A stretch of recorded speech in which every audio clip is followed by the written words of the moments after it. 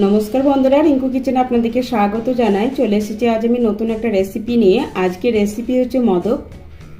আজ আমি গণেশ ঠাকুরের প্রিয় প্রসাদ মোদক তৈরি করে দেখাবো। সামনেই গণেশ চতুর্থী আসছে, তাই ঘরে থাকা সামান্য উপকরণ দিয়ে খুবই কম সময়ে এই মোদকটা তৈরি করে নিতে পারেন। আর এভাবে মোদক বানিয়ে গণেশজিকে প্রসাদ হিসাবেও দিতে পারেন। তার জন্য পুরো ভিডিওটা দেখার অনুরোধ রইল। মোদক বানানোর জন্য প্রথমে আমি একটা পাত্রের মধ্যে 1 কাপ মতো গমের আটা নিয়ে নিলাম। এবার আটার মধ্যে দিয়ে দিচ্ছি অল্প একটু লবণ, আর দিয়ে দেবো 2 চামচ মতো ঘি দিয়ে আটাটা ময়ান দিয়ে নেব। ঘিয়ের সাথে আটাটা ভালো করে ময়ান দিয়ে নিয়েছি। এবার অল্প অল্প জল দিয়ে সফট ডো করে মেখে নিব।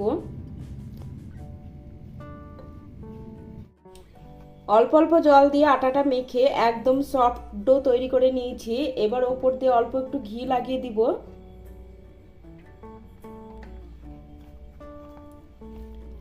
এবার আটাটা ঢেকে 10 মিনিটের জন্য রেখে দিব।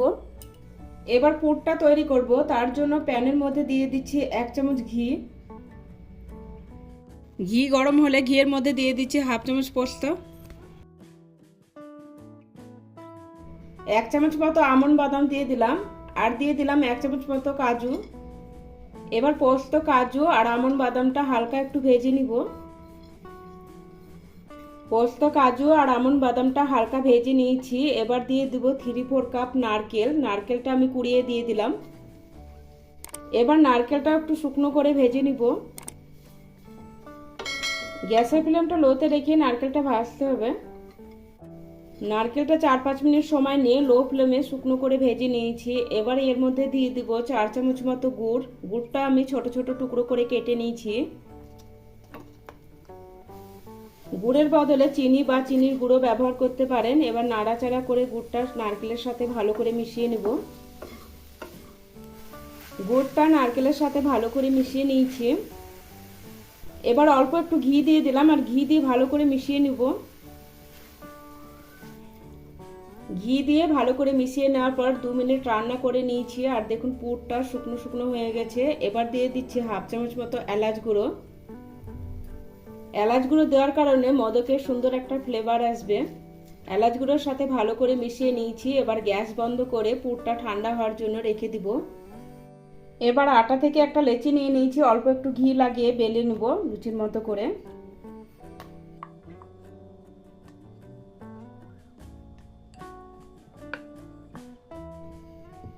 লুচির মতো করে বেলে নিয়েছি। এবার একটা গ্লাসের সাহায্যে কেটে নিব, তাহলে প্রত্যেকটি মোদকের সাইজ একই রকম হবে।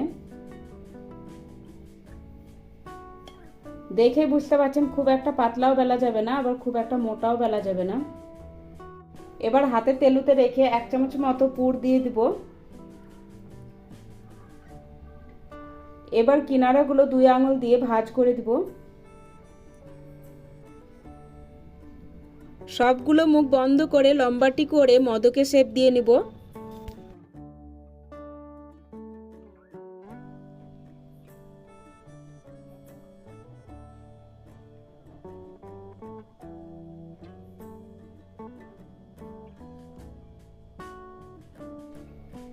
এভাবে একটু ঘুরিয়ে দিব।